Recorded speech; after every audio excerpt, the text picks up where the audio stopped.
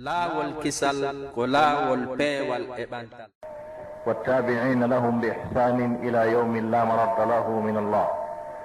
أما بعد، أيها الإخوة الكرام، الآباء والأمهات والأساتذة، أحييكم جميعا بتحية الإسلام، وتحية الإسلام هو السلام. السلام عليكم ورحمة الله تعالى وبركاته. haray musidɓe julɓe tedduɓe, neniraɓe an, babiraɓe an e karamokoɓe an on acce hakke. haray ɓawo nde yettuɗen Allah subhanahu wa ta'ala o taguɗo en waɗi en ɓiɓɓe adam, o neminɗo en ɗiɗo nemaji mawɗi arsikuɗo e wongol en julɓe. ɓawo ɗum ɗen juula e nelaɗo meɗen kanko e ɓeygure makko nden, yimɓe nder suudu makko ndun, kañum e dendanangal sahaba ɓen ɓe fof. haray ɓawo nde nguɗo salminagol islam yottade e mo no kamɓe cheikhuɓe men ɓen ɓe matiri ni, yewtere men nden eɗen ɓeydodira ko barkiɗi, ko yowiti e fii ko wiyete kon as-sa'a. as-sa'a yani darngal ngal. haray noon miɗo toro Allah subhanahu wa ta'ala yo Allah arsi kanko mi yewta e mum, ta ko wondi e ƴiyal, ta ko fi Allah woni komi yewtiri. ɗo toromo kanko Allah subhanahu wa ta'ala, onon ɓeeɗo musidɓe julɓe tedduɓe, ɓangiɓe ka woɗɗiti e ka ɓadi seeni e nder o cours ɗe ngenangue ɗo, tawi nanali joni okkitirede ɗo wi yo ar ndaaro si heɓay, ma mbuɗino sendede ɗo ndaaro si heɓay, ma ɗum parcelle ji no sendede ɗo ndaara si heɓay, tawi ko ariri ko fiinani fii Allah no yewtede, on tigi ari nooti. ɗon anni no woodi yoga e jiyaɓe Allah subhanahu wa ta'ala, ɓe Allah manti sifi fii mum teddili fii maɓɓe, o yewti fii maɓɓe ka alqur'anul karim. fi kala noon hande en heeɓi ko yurmi, sukaɓe men buyi intéressaki e janngol alqur'ana hande kadi ɓe naati e piiji goo ɗi tawata ɗi ala fuɗɗode, ɗi ala lannode. ɓe hunjata ko alqur'ana, ɓe janggata tafsir alqur'ana, ɓe lugginota koye gande alqur'ana, hakkati maɓɓe ala e alqur'ana. a yiyay suka julɗo tamo yaade l'école, yontere nden fof mo yaade l'école ha hande o fontali alqur'ana ka suudu o rewti seeɗa, o ɓadali ceernojo o firanimo qur'ana. ɗum no yurmi. ala ko feewirte ha hewti alqur'ana, ala ko feewirte ha hewti alqur'ana. Allah manti jiyaɓen, o sifiɓe marɓe hakkil, jomiraɓe hakkil, jogiɓe ko français wiyata kon intellect. andi intellect ko hunde wonde bi mana ka nder ngandi, ka haqqille ɗen synthétisete ɗon tigi tigi, par ce que moji bus no woodi e français ko yewtata hakkil, no inne conscience, no inne esprit, no wiye intelligence, piiji buy, mais ko wiyete kon intellect ko hunde wonde ka nder ngandi, ko centralise, ko contrôle ata miijoji neɗɗon fo orientamo, ko ɗum wiyete intellect. wonduɗo e ɗum ɗon no wiyete intellectuel. je ne sais pas si je me fais bien comprendre. joni noon c'est que jogiiɓe noon ɗen haqqille, par ce que dans le langage arabe également, il y a ce qu'on appelle nuha, il y a ce qu'on appelle al-aql, il y a ce qu'on appelle al-lub. lub ɗum jam o mum pluriel mum ɗum wiyete al-bab. lub yani ko jam taksir. joni noon kala ko wiyete hakkil kon fof ka centralise ɗon tigi tigi dans le langage arabe ko siyama albab, lub.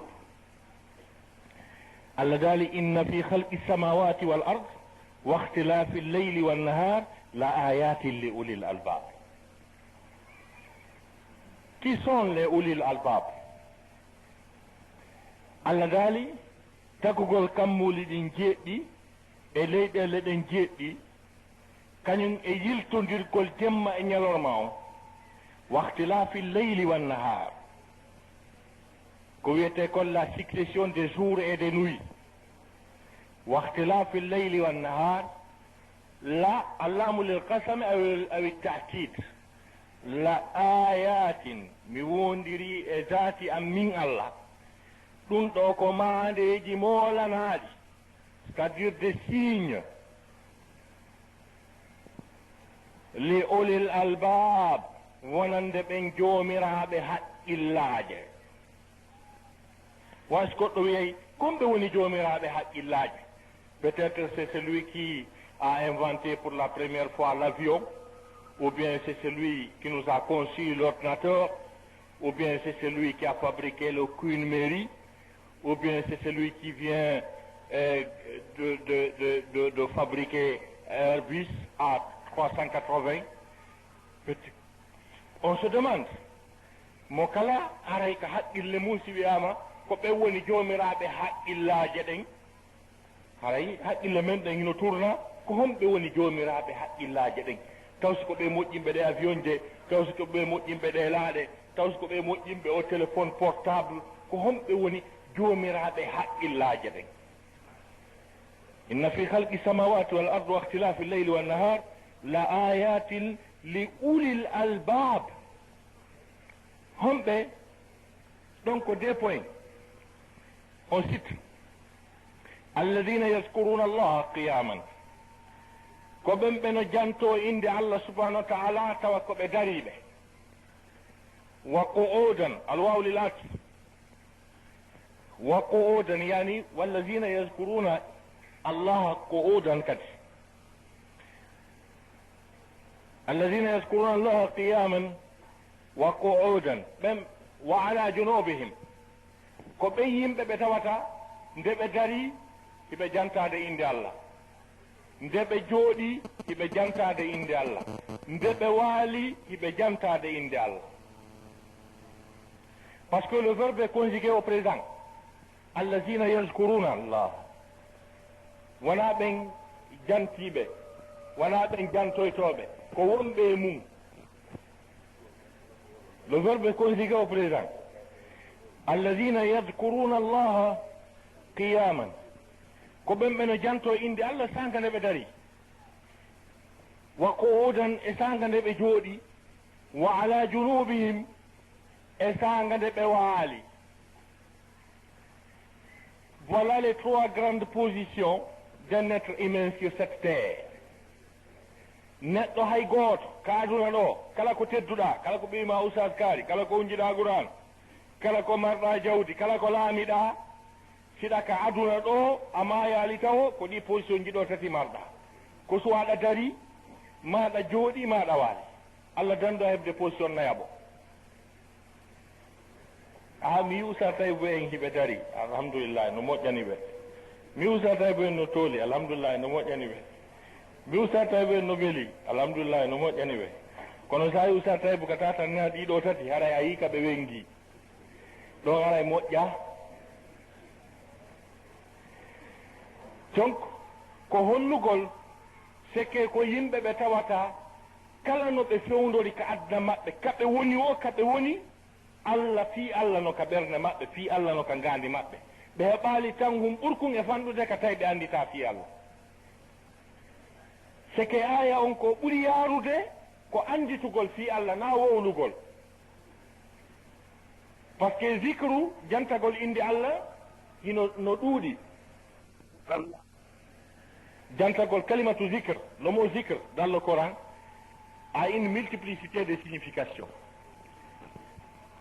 La signification du mot zikr dans le Coran, konngol wiyetengo zikrungol ka nder alqur'ana ko konngol yaadowol e contexte, c'est à dire kaka mo on utilisa ɗon ka qur'ana o ƴetta gonfiro ɗon direct. Par exemple si allah daali wa aqimi salata li zicri ñinno julde nden saabu anditugolla ɗon zicre on ka julde koko wowlata ko wiya allahu akbar sami allahu liman hamida rabbana walakal hamdu rabbi ighfirli on ɗum won ɗon. si allahu lan ɗon subhanahu wa taala o inni aqimi salata ka aya ka honno wiyete ka suratu taha ko Allah daali ɗo wa aqimi salata li dicri juulu sabu jantagollan wonde kadi Allah addi e aya goo kadi yewti fi julde o wi'a ko ɗum noon tigi woni zicru nani aqimi salata tarafay innahari wa zulafan min alleyl inna alhasanati yuzhibna sayi'at wa dhalika zicra li zakirin ko ɗum woni zicru nani juulu waɓutuji ɗin joyi juuleteɗi ñalorma ɗin fof juulu juuleteɗi jemma ɗin fof juulu sabu golleji moƴƴi ɗin raɗoto bonɗi ɗin awa ko ɗum woni zicru nani wa dhalika zicra li zakirina ande Allah wi julde nden ko ɗum woni zicre ɗa o wi juulu wa aqimi salat inna salata tanha anil fahshai wal munkar kono o wi wala zicrullahi akbar julde nden no moƴƴi kono hey kon zicrullahi on ɓuuri moƴƴude nani ɗum wayasti julde nden nande zicre ɗo pourtant ɗe aaye wi julde nden kone zicre ndanon e aya goto ko Allah addi zicre aya goto addi zicre uji ɗi tawi ɗi certi fes يا أيها الذين آمنوا إذا نودي للصلاة من يوم الجمعة فسعوا إلى ذكر الله إنني ذكر الله إني وذروا البيع ذلكم خير لكم إن كنتم تعلمون طوالي له فإذا قضيت الصلاة فانتشروا في الأرض وابتغوا من فضل الله واذكروا الله كثيرا لعلكم تفلحون دار ذكر جديد أرضي أي جوات تعدي سيرتي معنا فسعوا إلى ذكر الله يا جنتي يقولون عند الله yahi wiyon allahu akbar sami allahu liman hamida jangon fatiha toro ɗon mo kertoɗo yeeyigol kono hey kono si julde nen lanni sakite ka leydi jantoɗon noon inde allah ko heewi ko ɗum malete ɗon par ce que ɗa wawi juulude ɗo joni ara juula julde lapande allah windane 100% julde nde réussi yaltaɗa tun goɗɗo weeɓitane affaire um kon 3 millions kono hara ko sottingol bornowum goɗɗo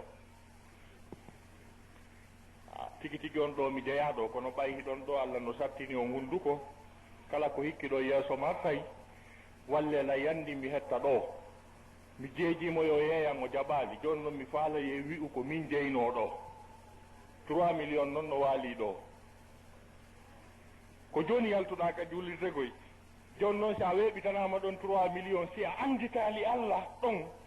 andituɗa fi lahara andituɗa yiite a jaɓa joni 3 millions andi ko ɗon noon Allah wi waskurullaha kasiran la'allakum tuflihun sabu sa jaɓi ɗon 3 millions haray tuflihun a jokkama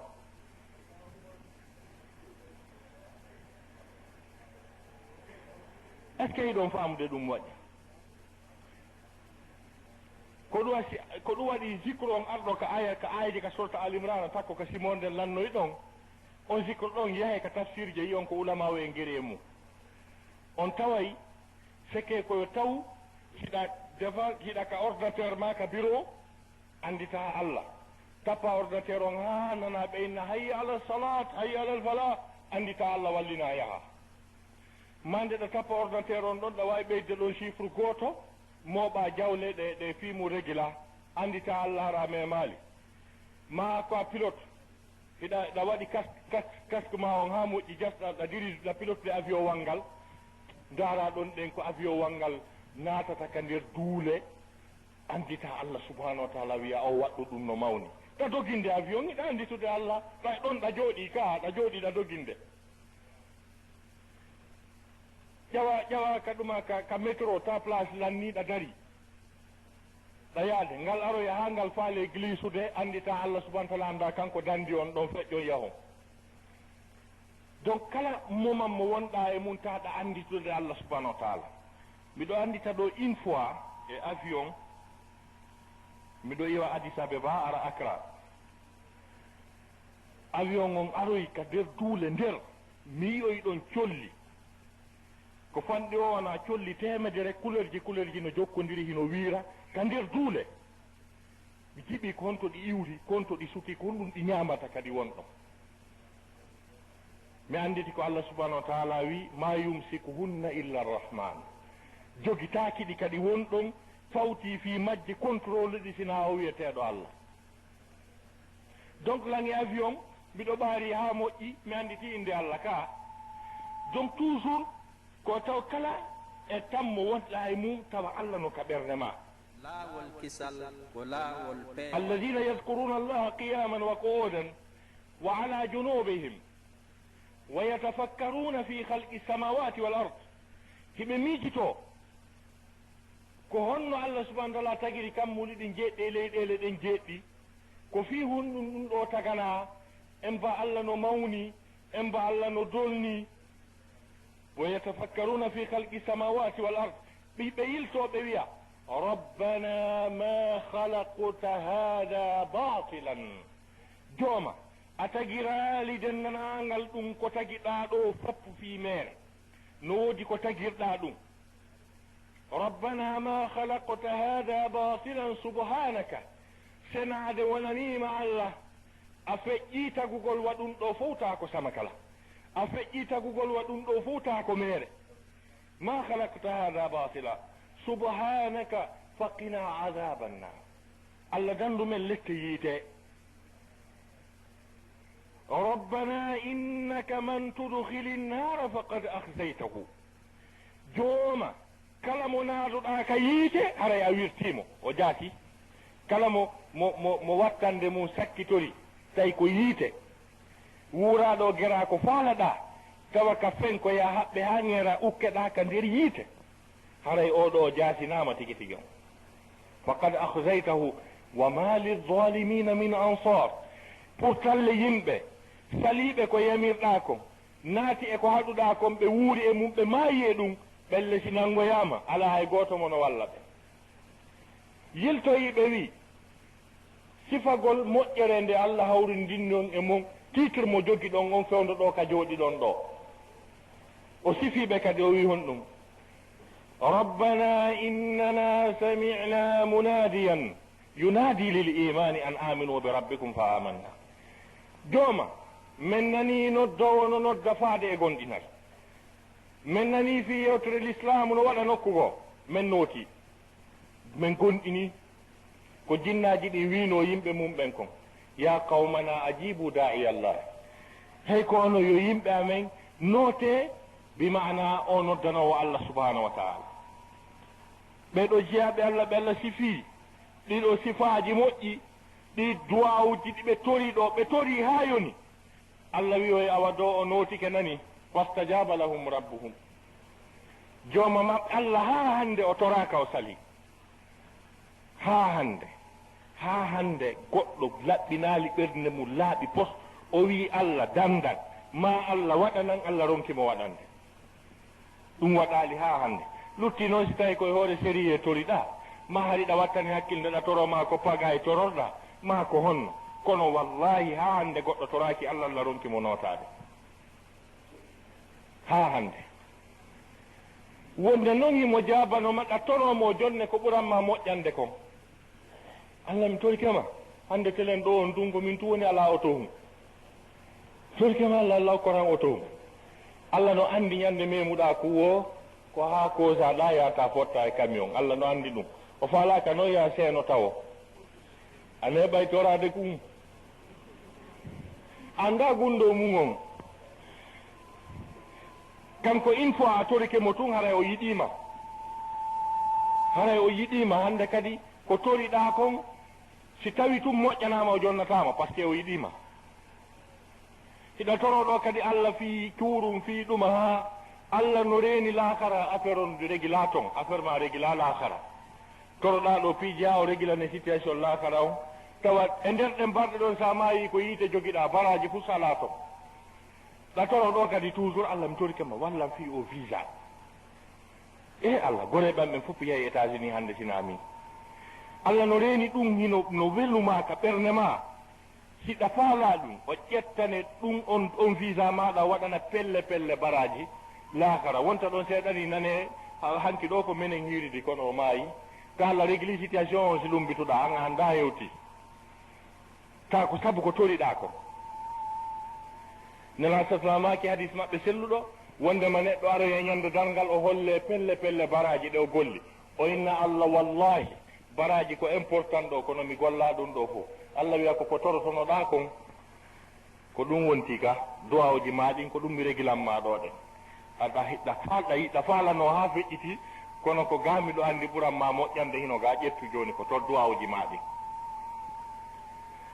haray fii darngal yewtugol fii darngal ko hunde hurɓininde ko wiyete darngal ko par ce que ka fii darngal ngal hurɓini ɗon ka kande ɗuuɗi inɗe ɗon taw arabuɓe wii si tawi hunde ɗuuɗi inde ɗum no tindina mawnugol hunde nden ko ɗum wanno toujours lamɓe ɓen lamɓe buyi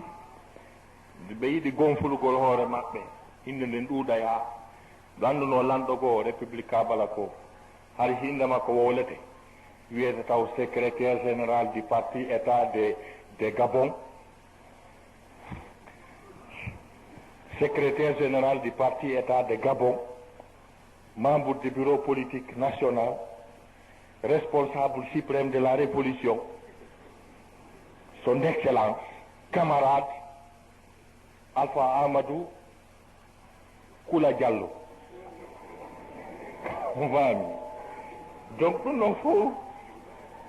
ko hurɓingol tun situation on na ɗum inde makko nde yo wolle nde wotere mais ko wi he awa sama kala awa he inde nden no tekki dey donc lamɓe goo kan no woodi e leyɗe goo nde ɓe woole tawi sumu malaki sumu ne to malaken ne ɗon ha taw tinne nde wooloy ara ko tagaɗo yaade amma noon darngal ngal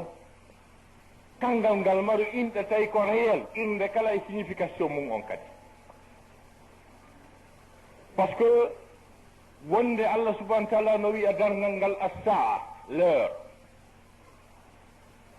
tawa ɗum ɗo ko saayi on si hewti ko saayi happaɗo karkilana waɗana leere Allah daali wa anna as-saa'ata aatiyatun akadu ukhfiha litujza kullu nafsin bima tas'a fala yasuddannaka anha man la yu'minu biha wattaba hawahu fatarda ñande Allah e annabi Moussa yiiduno pour la première fois tay ko nden ñande woni ko ɓe yiidi Allah ko faala o watta dendanangal ɓe ya annabaɓe fof puɗɗori nelaɗo sallllahu alayhi wa sallam o wiyay tun Jibril ya yettoɗamo mi nelimo kono Moussa o pooɗumo ha o hewti Allah tigi yewtimo goto lombaki Allah waɗu plan on fiyo Moussa ar par ce que Allah no sifi ɗum kadi no jeeya e ɓural mawgal ko Moussa heeɓi ko ɓeya heɓani so daari aya on ka suratu Baqara tilka rusulu faddalna ba'dahum ala ba'din o wi minhum man kallama Allahu ka wa rafa'a ba'dahum darajat wa atayna Isa bna Maryama albayinat wa ayyadnahu bi ruhil qudus Allah gaali ɓe nelaɓe e hoore mum mi fonnaliɓe goyi miɗo ɓurdi ndinni yoga e maɓɓe no e maɓɓe wurimɓe mi yewtidi he ɓe Allah yewtidi ɓen annabi Moussa doggulo régime pharaonique régime hurɓiniɗo warowo moƴƴa noon o heɓi toon probléme o dogi o seppi iwi Égypte ha Israël o suuɗi toon o woni duuɓi 10 Israël o felliti joni fi makko yejjitama few joni noon mo artudude kanko e ɓen makko e ɓiɓɓe makko ɓen mo hootude o aroy ha niɓɓiti pit Allah tewi pasque niɓɓiti ɓuuri ko niɓɓitata ko ɓe jiɓi ko honto ɓe yarata ɓe majji lawol ko niwre kadi wa sowno ɗon Allah waɗiri ndaygu huntelen ɗa par ce que alqouran ono laaɓi poy explique ay jonnay réci o wawa filmuhum mo enna fi janibi touril ayman droite a andayno ko honto o yaruno donc Allah lan ɗon jalbiniri telen maka sengo ñaamo ɗon ɗen o yiite o inni joni sabbelan ɗo yaade toon imma mi heɓana en toon ɗen ko yonnoroɗen yehen ma ɗum ko huɓɓen kadi iwloɗen tawde jangol ngol tampiniɓe ma mi heɓa ɗon déjà ko tindina en konto reweten o haali huda tawi ko goɗɗum o faandi on huda tigi yalti kono nayi tenamo faala on nane Qur'an fi Allah wa hal ataka hadisu Musa إذ رأى نارا فقال لأهلهم كثوا إني آنست نارا لعلي آتيكم منها بقبس أو أجد على النار هدى أو هدى كتفسير sabbelan ɗo miɗo yaade to imma mi addana en ɗon ko yonnoroɗen ma ɗum mi heɓa ɗon goɗɗo mbono tindina en ɓay mo andi yiite si huɓɓi ara yimɓe no ɗon aw ajidu ala naari ma mi heɓa ka yiite naafi goɗɗo yiite huɓɓete heɓa ɗon pewnom nder ton kono huɓɓuɓe ɓen wonɓe takko ɗon ɓen a heɓay ɗon goɗɗo mo wiyata ko on to rewete yahe noktal kaari aw ajidu ala naari huda tawi ko mono tindinanamo o faala kono tawi huda mo heɓata ɗon on ko numugol mo annabi tawa joni o fewnay tagore ɗuɗu nde ta Allah no maranimo on huda noon annabi Musa ari ɗon ha gasi falamma ataha nde o hewtuno alha'u ta'udu ila naar ko ismu annas fi kala tawuji ɗi jokka toon andi si alluwal ngal mutaki ha kala ka wiyali tan tun anna féminin naaru en ardu en yadu en ko asma'u mu annasa hasihi yadun hasihi ardun hasihi naarun hay sa yiyali tawoy koye toon falamma ataha nde o hewtuno ɗon tun nuudiya jomiraɓe gande lugguɓe e gande lugguɗe ɓe inni o ko Allah faala hurɓinde kon fof o waɗay mabniyun alal majhul c'est que o raɗɗoto fa'ilu few fa'ilu on waɗa représentant par ce que ko si woni mabniyun alal majhul haray fa'ilu on ko naibu fa'il représentant fa'ilu on quoi fa'il ko ɗum wiyete ka grammaire toɗen le sujet o maray sujet o wona représenté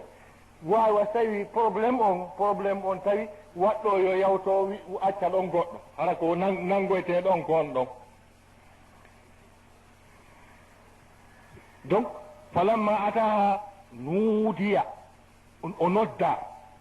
tawi ko noddimo kon kadi ko wi ya Musa ko ayyo Musa i karkilɗo joni an wiita ko laggine heɓaɗa janɗuɗa ɗon ha heɓuɗa 40 ans ha hande a yahaali hay sarlon avion ƴette ɗo tippine e Burure monanande e nder Amérique du Sud tippine wanowa toɗe honno Colombie Burure ɗon ka tawata ko ɗon woni premiére fois ma argol ɗon a anda hay goto andama ha hande aral ɗon goɗɗum si wima ɗon Taïbu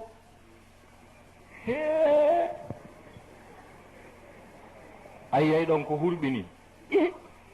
ko ɗum ko ayyo Tayibu ya Musa miliye mo andaka goɗɗum nodda inde nden tigi tawa kadi hito kadi ngo nanɗa ngon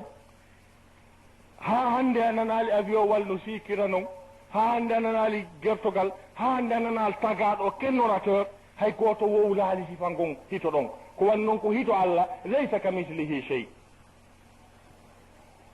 konngol ngol nanɗangol aɗana sifa mum ha hande ko nodduma kon kadi ko an tigi wi tawi kadi ɗum no wawa sino renuma kadi ya Musa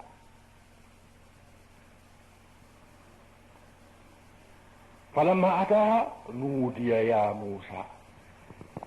qala ana rabbuka fakhla' na'layka ko min woni joomama ittu paɗe ma ɗen tawi kadi ko woni mo yewtude kon no renimo sabu ko ɓayiimo si andi mo waɗi paɗe ka ittu paɗe ma ɗe fakhla' na'layka ko waɗi noon aduna on no yaaji leyɗe ɗen no ɗuuɗi kono ka wonɗa ɗo innaka bilwadi almuqaddasi tuwa hiɗa ɗo e leydi wi'etendi tuwa ndin noon ko muqaddas ko laɓɓinandi ka wonɗa ɗon paɗe wattatake ɗo ittu paɗɗen fakhla'na alayka innaka bilwadi almuqaddasi tuwa wa ana ikhtartuka mi suɓikema annabaɓen ko suɓaɓe yimɓe Allah ɓen kadi ko suɓaɓe goy kadi na wonɗo o cowoto cikko nder ton Allah ko patron ko so yiɗima waɗe service makko sina ɗum mo gaynani hoore makko tan sikkude koyne won nabde ol islam en baka ɗon tum wa ana ikhtartuka fastami' lima yuha mi suɓikema joni écoute mes instructions sabu aysi wona min rewan duumoɗa e julde andita fi am yilti ɓay présentation on gasi yewtereji buyno wonno hakkude maɓɓe kono nde tawno fi ko wiyete laakara ko fo ko wiyete darngal ko nasama kala allah tawi o fuɗɗoranomo ɗon taw wanna sa'ata atiyatum hey quoi darngal ɗum ara e nette ɓay noon mo andi annabi Moussa ko heewuɗo landagol mo landi ha feƴƴit kanko tagi mo andi mo ɓay allah wi darngal ngal aray mo andi pellet so yeetaki mo tugo wiye joni honde tuma o wiye joni allah konde tuma noon on sa winni hey ko an akadu ukhfiha mi mari ko honde tuma ngal daroto mi suuɗi ha a pew mi suuɗi ha way wasi tawi min tigi min nayi ko honto kon mari ko woni akadu ukhfiha litujza kullu nafsin bima tasaa fiyo wonki kala yooɓe ko golli wonki kala yooɓe ko huwi ko ɗum addata darngal ngal yilti allah wimo fala yasuddannaka anha wata sakkoma e fee darngal dey malla yuminu biha on mo hoolaki ngal no woodi ɓe hoolaki darngal dar laawol kisal ko laawol peewal e ɓantal so taw ɓattodir ha ɓeetoma tigi tigi o la villa bon en fait ɗum lannata rien ne se perd rien ne se crée maɗum rien ne se crée rien ne se perd mais tout se transforme Lavoisier maɗum avogadro ampère goɗɗo e maɓɓe fami eyi wonno bon tigi tigi on adda mo yiɗa hay hunde moƴƴinotako ko moƴƴini ko wo ko gokkun iwtude ɓaawa ko wonti ko processus hay hunde kadi yata lannata kadi pus adda lannata yimɓe lannata mais tout se transforme wontay kadi goɗɗum goo ko ɗum woni wonde ɗe leɗɗe ɗon andigol woɓɓe ka finde maɓɓe ɓe gonɗini ko wiyete a rujoa ko artoygol kadi enno wawi woɓɓe kadi heewiti kadi na bon yimɓe buy laawi buyno jaɓi ko wiyete artu mayɓe ɓe yo artu kadi ɓe ɗuuɗa e bona yimɓe sarlon anduɓe toon ɓen si ɓe ari ka makiti tawi yimɓe no ɗuuɗi ɓe ha woto ɓe enna mayɓe ɓen hannde kam no arti moƴƴa donc kamɓe kala noon jogiiɗo ɗin ideeji Engels en ideeji Marx ideeji Darwin en ces grands philosophes matérialistes dialectique ɓen wiiɓe wondema que Dieu n'existe pas wondema o adna lannata laakara ala sa yehi e programme ɓen ko ɓen tigi noon allah wima fala yasuddannaka anha man la yuminu biha wattaba a hawahu o jokki beleɗe makko ɗen fatarda o perdi ɗon kanko perdi makko on timmi mo perdi mum timmi gonɗini perdi ha gasi allah wi taw kon pidu kanko gasilan ni par ce que perdi ɓuura yanganagol aduna kurko sa yehi e ɗe leyɗe pays développé a yii ponji a yii building tawa ɓeyɗo doole maɓɓe nen fof ɓe waɗi e ɗum tawa ñande wi'aɓe maayi ko yiite sabbiɓe laakar ko ɓen ɗon allah wi ko perdi kon fof ko ɓen ɓuri perdu qul hal nunabbi'ukum bil akhsarina a'mala alladhina dalla sa'yuhum fil hayati dunya wa hum yahsabuna annahum yuhsinuna sun'a allah daali accay mi tinnina ko ɓe ɓuri perdude ko ɓe yimɓe ɓe yangi mum fof lutti ka adna ɗo kamɓe fina dawa maɓɓe ko ɓe yangi kon fof ko fi adna ɓe heɓanaali laakara tan ñande ɓe maayi wo ɓe perdi ko ɗum waɗi si siɗɗo maɓɓe maayi mais j'ai perdi ma maman anndi ɓe dondiri ɓe yiddata aduna il m'a sauvé la vie ko gurna on kun yeeso toon naha e hunde allah yetti annabi Moussa wataw ɓaɗo ɗum noon so ɓe continue noon conversation o wi oyno wama tilka bi yaminika ya Moussa on ɗum jogoriɗa ka ñaamo ma ɗon kono ɓayna on qissa wonɗen ko fi dalngal ɗon e signalu tu wondema dalngal ngal fimum no hawni ka tawata ñande pour la première fois yiidugol allah subahana taala annabi Moussa o waɗa nelal ngal e makko o signalannomo fi dalngal ngal donc dalngal ngal noon no woodi yedduɓe dalngal daroto koy bien sûr no woodi yedduɓe dalngal daroto mais mi haalana e hunde wotere jannguɓɓen fof luggi e gandal les scientifiques sont conscients et persuadés que ce monde là a une fin jomiraɓe gande lugguɓe e gande ɓen fof ɓe andi o adna o lanna e omo yetto lannugol adna o est scientifiquement expliqué par ce que o adna mo wonɗen e mum o ala garantie omo yetto no woodi matiére goo en géologie soɓɓunduno toon ko wiyete stratigraphie on faami ɗum ko alluwal ngal no yewta fii ɗi couche ji haɗa ko leydi ɗin ɗe plaquette je ko joɗɗina ko wiya toon o adda mo yoton waasi paykun ƴetti peccoy wallidiri ko wiya toon ko ɓenna glissement terrestre ko si ɗen pecce woppodiri ko ɓen takon des zones sensibles tawa ka on no wiyete séisme o heewata wadde to zone jiɗi fof no andi ɗum fof mi yetto on andi enen gonga gore janggo o wi hande mi yejjita ko wi ko wo ɓalejo on créan hoore mum toutes les conditions possibles fi yo lannu Allah wi won ɗon seeɗa ɓalejo on o créan hoore makko fiino mayira gurdam makko régilaka ñamete gurdam makko régilaka logement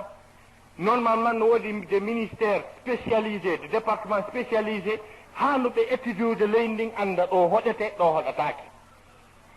kono ɗum ala mo kala alhamdoulillahi rabbil alamin no heɓiri parcelle ɗum toon foni ya ley to on yetti Allah o heeɓi parcelle um ministère de l'urbanisme et de l'habitat anda ka o hoɗiri an kanko tum ko goɗɗo hendinimmi ɗon no yurmi ha no woodi ka hoɗatake tawa o hoɗa ɗon o sellata adna ñande omo nawni woɓɓe goo wiya ko jinna won ɗon ɓe dewtanamo ɗon majjere kadi o hoɗoyi ko jinna hoɗi ɗon mbiɓe ari ɗon goton dikkaawi ari e nokku ka tawata oxygéne on no mari carence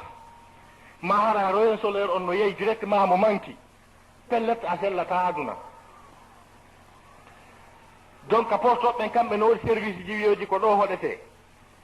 ɗo ley ko ɗo e hitande kaariri ɗo dimboto leydi dimboto ɗo ndi urbito ma ɗum yiite yaltoyay ɗo ko wiyete volcan no woodi joomiraɓe gande ɗum na bile yaagal na ko wirni noon science on no dolnimi e to donc andoɓe ɗum efe ɗo yeƴoyto ɗo volcan yaltoyay ɗo ko zone sensible ɗo hoɗatake donc ɗum fof noon ko o adna goto adna mo yoton ko yiite huɓɓa ha nge ɓendi mornge huɓɓi ha ka huɓɓata ɗon tigi ngen yiite noon nge ɗaani ha ga yilti ndiyan dewta e hoore mum leydi noon waɗa ɗon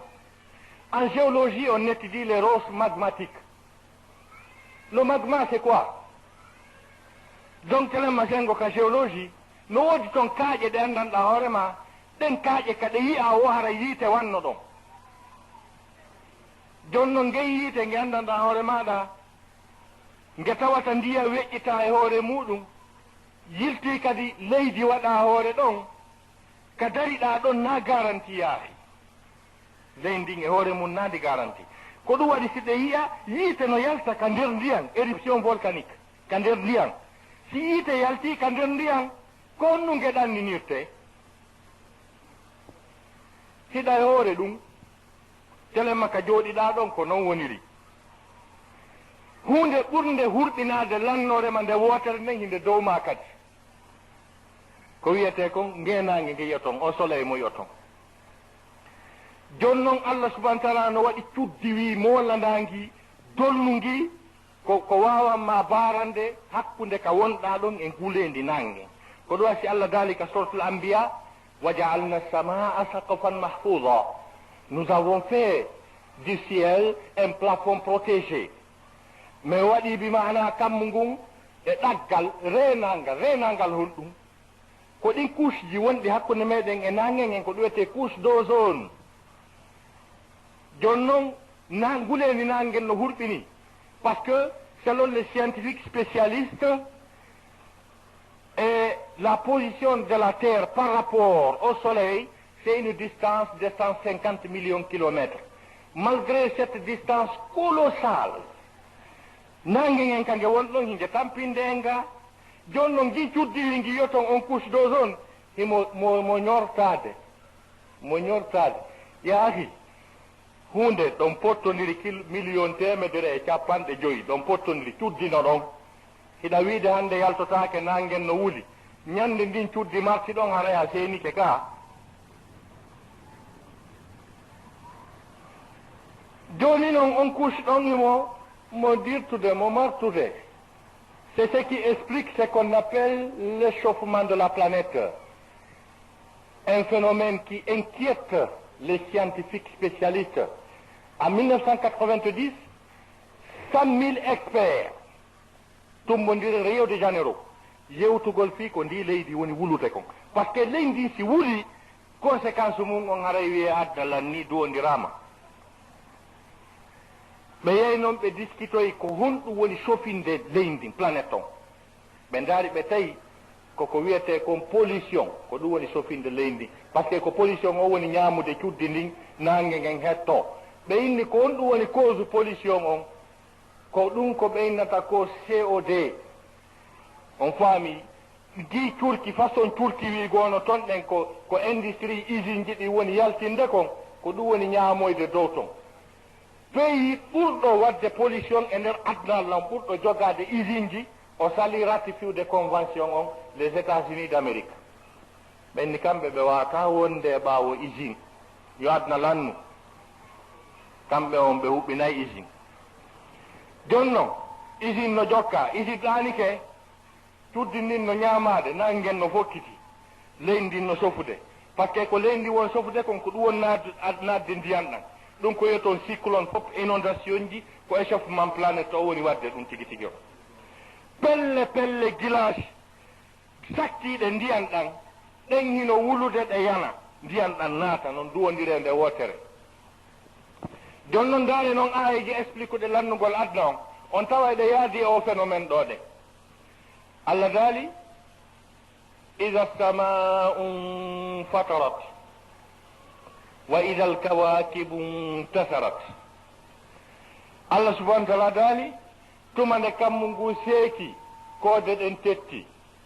ɗum ko astre ɗen no astre ɓurɗo mawnude on ko ngenange nge yoto e aya go Allah daali ida shamsu kuwirat wa ida nujumu kadarat. andi no nangi gen tuusira adna lannay woni directement kadi lannugol adna on no yaadi e ñortugol kammuuli ɗin cuddiri ngin fo iwa e aya go Allah daali wa ida samau kushitat ñande kammu ngun suddita si kammu ngun si sudditama haray nangue yitidama ko jam hikkiti ɗon. joni noon ɗi volcan ji nge yiite nge yiyoto wonge ka nder baharu tigi tigi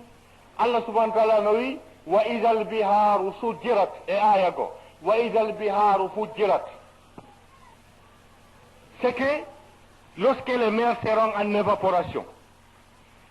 donc on ɗum woni ɗum ko iwgol ka état liquide ara ka état gazeux. iwgol ka état liquide ara ka état solide c'est très simple na problème koyo ndiyan ɗam ɓuuɓine ɗa wonta guilage. iwgol ka état solide ara ka état liquide koye guilage yo wulu wonta ndiyan. kono ya ahi si wi'ama yo ndiya wontu gaz ko yiite naadete e majjam ka ɗo yo wi'e wa ida albiharu fujirat yo ndiya wontu gaz yiite naatay taw e ndiyan ɗan defe e degré molanaɗo saggi ndiyan huɓɓa yiite moƴƴa hebbina wurere nden tew a aynay ɗon ha tawa lutti wurere ndiya yeehi ta ndiyan ɗa yeehi.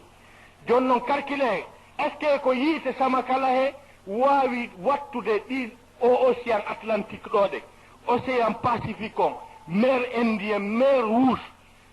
ɗe maaje molanaɗe ɗo fof ɗo yo ɗe ɗo wontu gaz ɗe yahata ndiyan lutta est ce que ko yiite sama kala huɓɓete ɗum. on phénomène ɗo si waɗoyi haray ɗa e jaam et pourtant ça s'explique hino ɗo hino ayna ko ɗum jannguɓe ɓe yedda wondema dargal ngal daro. joni noon ko honɗum noon wonoy ton ka darngal ngal no hurɓini moƴƴa noon par ce que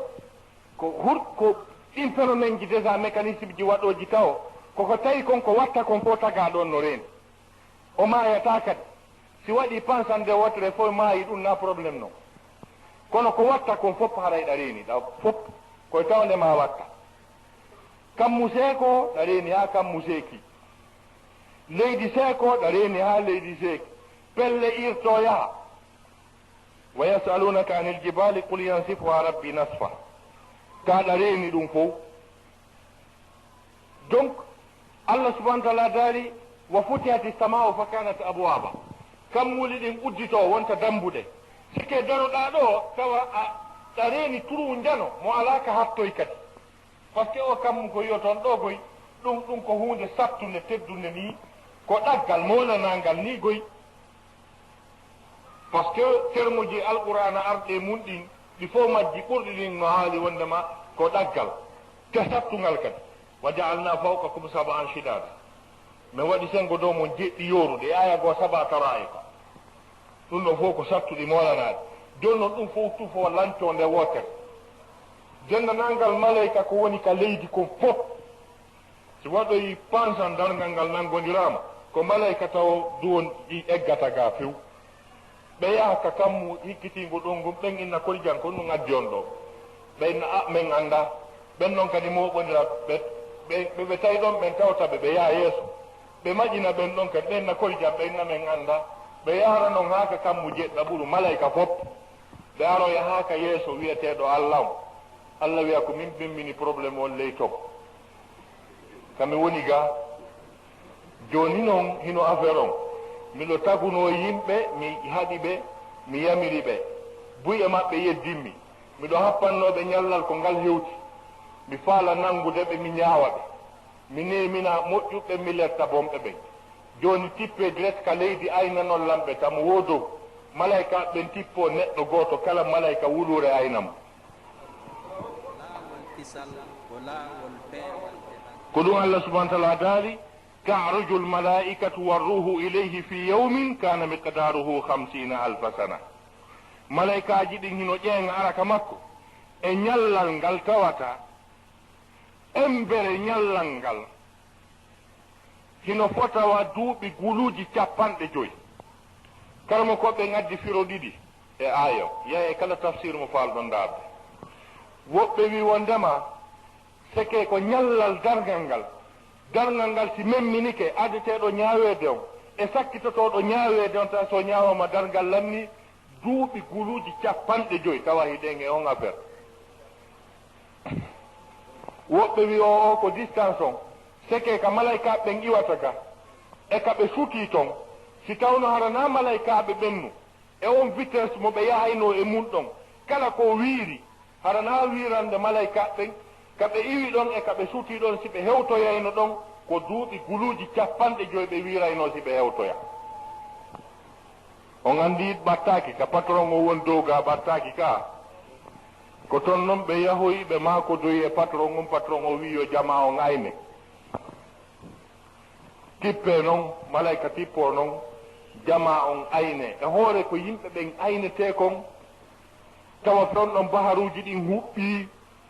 kaɓe gari ɗon fof taarinama yiite tawa kadi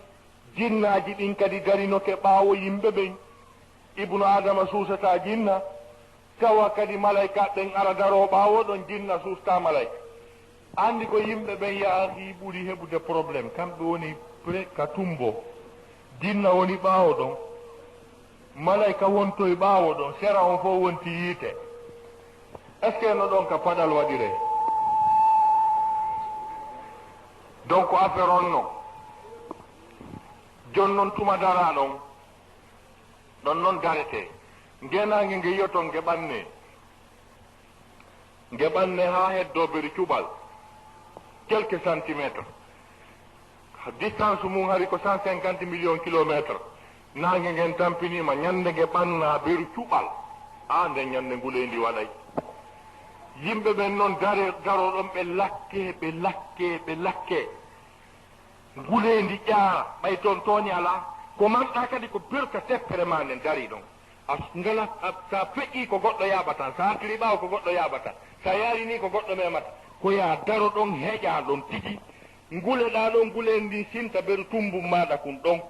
ko ɗon sintata ha hewta ka jeɗɗaɓiri ngulen ni sinta ha araka ha woɓɓe mutaka nder ngulendi mum ndiyan ɗan transverse ta yaaka goɗɗo gare ɗon noon ha wula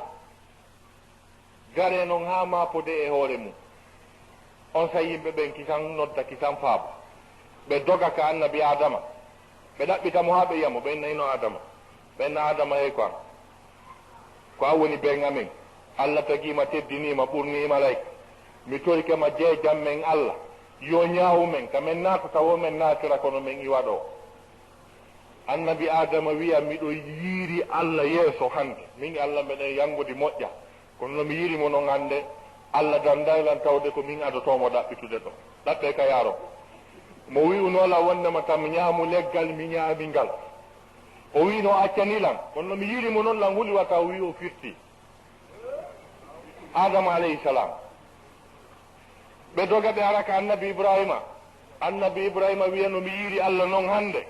mi adotako mo ɗaɓɓitude miɗo lancuno sanamuji min tigi ɓe landilan mi inni ko jannu ndun lanci nden fenande nde mi feni ɗon ko nden aaninimmi ɗo hande ɗo annabaɓe fof dogane ndaare fi allah ko hurɓini annabaɓe doganemo kala wi'a no huuli toragol allah yaafuye saabu bonnere wotere nde o bonni daroɗa ɗon noon e tiktak ji maɗa ɗi waɗɗa affaire kala affaire ji ma fof ko jam fa so wi jawru tippor on fottoye so wima ɗum ɗo ko original anda ko piraté ɗen penale mo moɓodi e ɗen dari ɗon goɗɗo no huuli wolugol fi no feni nde wotere andi yaahi ɗum no hurɓini yimɓen araya ka nelaɗo ɓe ɓeyna nelaɗo jeejan tagore nden nelaɗo ara ka allah o fuɗɗo wadde damɗe ɗiɗi allah eno daro ɗo juulatake few julde lanni ta juulu landolan ko falɗa komi waɗani o inno allah ñaawo hakkude jeeyaɓe maɗa ɓe on say noon procès on fuɗɗo ñaawore nde baskil adde ɗon mo yimɓe ɓe yaltifa mum ha hande yimɓe ɓe noddire goto kaarijo na o ara o daro ko min kaari ɓi hoɗunoɗo nokkel kaari miɗo wowlude ɗo kala komi waɗi e nder gurdam anta foppu jento o daro o woola ɗon so wooli goonga alhamdulillah wala probléme so naati e fenande allah soka hundu kon ha gasa e wiye junngo yetalan ko min muɗa kala tere makko ɗen fof sifo koɗɗen ko woni rôle mum ko wigol hi ko noon tigi woniri hi o yawno hi o wowluno ko ɗum allah daali alyawma nahtimu ala afwahihim wa tukallimuna aydihim wa tashhadu arjuluhum bima kanu yaksibun hande mi soka e kundule maɓɓe ɗen kere maɓɓe ɗe yewta koyɗen seedito koyɗe wiya hi kono woniri so gayni wolde ɗon haalanni tawi ɗum ɗon gasi few joni golleji makko ɗin defte ɗen adde ndaare sino corresponde e ko wooli kon malaykaɓe ɗiɗo aynunoɓe mo bi allah tagimo ɓen adda dossier mum o rabbana hada ma ladayya atid jooma ko ɗum mi windi fi o ɗum jange ndaare sino correspondi ko tere ɗe wi ko wata wono allah toñimo ma tere ɗen falji si ɗon gasi deftere yaltine e makko wa nukhriju lahu yawma alqiyamati kitaba yalqahu manshura nden kadi jange ndaare tawe no feppodiri ko tere ɗe wi kon e ko ndeɗa wi kon si ɗon kadi gasi deftere mofte makko ɗen deftere nelaɗo nden mofte nelaɗo nden fo nde jange allah daali kullu ummatin tud'a ila kitabiha nden ɗon kandi explique o ndaare tawe no correspondi si ɗon gasi few no woodi ɗo registre wi molla nangi un systéme informatique hautement sophistiqué ko wiyete lawhil mahfouz ɗum ɗon kan arda e photo ji ɗin fof wowlata tum o waɗi hunde kaarinomo ɗo o waɗi hunde kaarinomo ɗo nde wowla noon nde wowla ha kanko tigi o wiya ma li hada l kitab la yugadiru sahiratan wala kabiratan illa ahsaha ko deftere on deni janɗi fanɗi nde wowlay komi fotti oya tun hay mi yurakimo ɓeɗ komi daarimo nde wodere gon ɗum ko ɗum wowlindi ɗon ɗo hande ko ɗum mi bonni ɗum ɗon kadi gasa few si ɗon gasi on sayi ɓe jonnamo konngol o inna allah ko woni ɗo kon fof kono woniri so tawi o perdi procès on kasengo nan o jeyra o inna allah komi bonɗo golle ɗe mi waɗi ɗen ko golle bonɗo joddi annin ko jahannama sa naadilan aljannara ya to ñilan o wola ɗum tigi ko ɗum wiyete fatara fo bi zambin fa suqalle tabi sayir on sa o naɓe kasengo nano goɗɗo goo kadi adde o explique o gagne o naɓe kasengo ñaamo tuma yimɓe ɓe ñaawira noon few haalanni wonɓe ɓen kasengo nano ɓe haɓɓe ɓoggi gootiiɓe daaseeɓe fokkintinne e jahannama wona suuqul mujrimina ila jahannama wirda min sogga noon bandi yedduɓe allah ɓen min dirisa ɓe faade ka jahannama ɓe haɓɓe ɓe daase malayka no daasude bo woɓɓe no wituri ɓaawa no fiide ɓe ɓe naɓe haa laawol allah tawa ko monani ɓe kon haa jooni ɓe naɓeede yiite kono allah tawa ko hamaniɓe kon timmanaalim o inda waqifuhum dardanelam ɓe innahum mas'uluna miɗo mari komi lanndooɓe ɓe fokkiti yiite allah wiya darneɓe ɓe darne allah noddira ɓe enna en o wiya kaarijo mi tage mi waɗane leydi mi addane henndu ko foofa mi addane ndiyan mi okkore cellal mi waɗane ɗi fof ayye daalan o uggino hersa haa tew yeeso makko ngo yiyana ka leydi allah wiya haɓɓemo ko bandi ɓen ɗon ɓe fof ɓe heɓay ngal on question ɗo ɓe naɓe noon ka yiite ɓe naɓe haa e laawol ɓe darne ɓe sendite bonnere maɓɓe nden fotata woɓɓe naɓe jahannama woɓɓe naɓe hutama woɓɓe naɓe laza allah daari laha sab'atu abwabin kullu babin minhum juz'un maqsumun ko kasoji jeeɗɗi won ton kaso kala yimɓe mum ɓe woɓɓe noon naɓoye ɗon noon sagara yiite ɓurde wonde dangereux e giiteeli ɗin laatan si ɓe addama ɗon malaikaɓe aynuɓe ɗon ɓe ndaara ɓe ɓenna onon ko sagara arɗon ɗo kon ɗum bonnuɗon affaire mon feƴƴi hutama feƴƴi laza feƴƴi sair tawi ko ɗo minen mbiɗo taga ko minen wonɗo kono ɗo moƴƴa ko ɗo ara ɗon ɓe inna ɓe ɓenna kon ɗum bonnuɗon on ɗum bonnuɗon onon ko addi on ɗo ma salakakum fi sagara qalu lam naku min almusallin wa lam naku nut'imu almiskin wa kunna nakhudu ma alqa'idin wa kunna nukadhibu biyawmi ddin hatta atana alyaqin min ko addi men sagara ɗo hari min juulata ɗon noon lan wulani sukaɓe ɓen ɓe tappa e 250 o noddine araɓe ɗon 250 wan molli dow ma ɗum ñamude ɗo hiɓe jokki haala maɓɓe kam fof ko a perdi kala ko ɓe fijata ko a perdi mi perdi kono ɓe anndali ka ɓe perdi ɗon o gañi kala mi perdi few ko ɗum andirta affaire oy koye na affaire oye moƴƴoy ko haalaji ponɗi tu won nder to o ñaamilan mi ñaamima mi perdi a anndali ka perduɗa ɗon koto tawi ka lidowal ɗon tum perduɗa a perdali kono koko jooɗiɗa ɗon ha noddina juula gonɗa ɗon ko ɗon perduɗa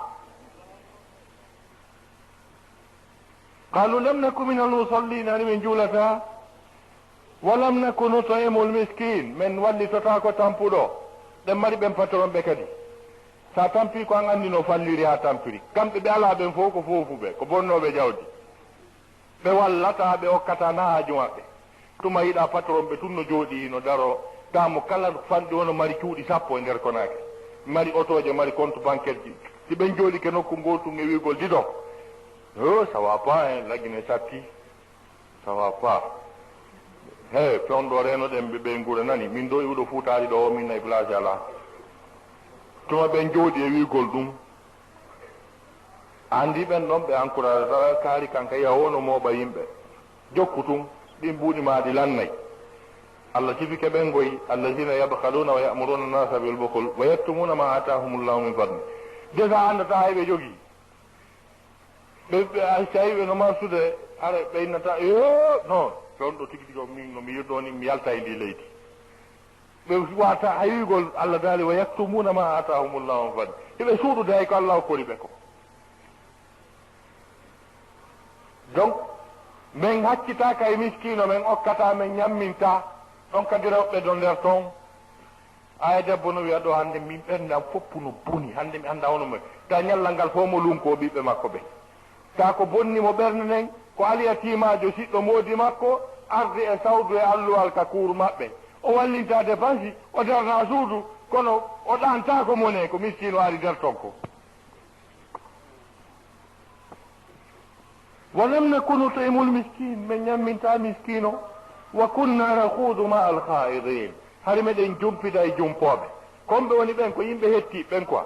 no woodi yimɓe ko memmina hoɓe ɓurma andude si fe memminama fi ballon ɓe anndi club ji ɓuraaɗi yoɓeede ɗin fewn ɗo e zone ɓe transfert ji ɗi fof ɓe biiji adaaɗi marqueede ɗi ɓe hunji si wiyama plage kamɓe adoto yaade si wiyama gamol kamɓe adoto yaade kamin mina o ɓe hetti des jeunes branché quoi ɓen kadi affaire maɓɓe no hurɓini ga sagara ɗon ɗen wa kunna no kasdib bi yawmi din hooti min yeddi kadi daragol dalgal ngal min ƴettaali aucune disposition fi dalngal chacun de nous prépare son avenir kala ɗo no ka l'école no ka ordinateur no udditi compte bancaire piiji ɗin fof mo yiɗa o je prépare mon avenir wonirtaake ni fi Allah on noon konnun noon qu'est ce qu'on a proposé pour l'au-delà encore parce que Dieu nous a demandé ça ya ayyuha allazina amanu taqullaha wal tanzur nafsum ma qaddamat li ghad yo wonki ndaaru ko honɗum hebilani janngo est ce que en daari kadi bilan on fi lahara kadi ɗum kadi ala ka ndaareede ko yebda ɗum ɓen ɗon ɓe naade sagara porté disparu naɗɗo sagara o yaltata aroya noon heddo noon joni ɓe ka sengo ñaamo naatoɓe aljanna ɓen Allah wiya yo ɓe yawa aljanna ɓe fokkita tun Allah wiya dare ɗon une fois o windama naatugol aljanna seppugol yaaka aljanna ko golle wa uslifati ljannatu lilmuttaqina gayra baid aljanna on adde aljanna on déplace to ara na kamɓe yaata hara Allah no sélectionne malaikaji ɓurɗi labbeede no dari ɗon bi aljanna on dari ɓen no dari ɗon tappi garda mo kosi ɓe aljanna on bafe ɗen udditama ɓen garo ɗon wiya salamun aleykum tibtum fadkhuluha khalidin kisal woni e mon naate ko tolluttoton ta malaikaji ɓurɗi labbeede kadi Allah no sélectionne ko holla ɓe no piiji ɗin gerdete toon piiji ɗin jeere sappo pay koye laba koye des adolescents tawa hiɓe jalbiriwa kanŋe Allah daali ida ra'aytahum hasibtahum lu'lu'an mansura ida ra'ayta thamma ra'ayta na'iman wa mulkan kabira an ko a yiɗɗo musique ƴettu guitare hoɗa ha ka falɗa o an tigi hoɗa ko a yiɗɗo beere ƴogirno faaliroɗa o ko a yiɗɗo jiwɓe ta wawi yiidude hurul layniɓe wulure mo kala heɓana ɗum gumum wonde wotere ta serta e ko ɗum ɗa fusarma juulugol ala wiyatake bon awa may juuloyen horugol ala dewal ala hay fus est ce que na ɗum ɗo woni ngur ganna ɗum ɗo no eɓɓodiri e ko wona comon camannede ka aduna ɗo ko hara inchallah mi darna yewtere nde wo fewn ɗo mi weltanike organisateur ɓe ɓen e onon notiɓɓen fof tentinima noon ɓeɗo mawɓe responsable ɓe men ka quartier ga fof muɗum weltanama duwanama wassalamu aleykum wa rahmatullahi taala wa barakatu haray musidɓe julɓe inchallahu taala e weltanike ustad mouhammad tayyib ba haray ɗuuɗa ko yewten sowona hollitugol jama wonde chef quartier nouveau on ka quartier men ɗo haray ɓe seynike kamɓe kay semmingol nde yewtere haray ɗum ko teddungal jama on inchallahu taala haray jama on no weltana haray fi wattugol ɗo yewtere haldo no wiya joni on heɗoto émission ji ɗin ka radio soleil FM haray inchallahu ko taw yewtere si wattu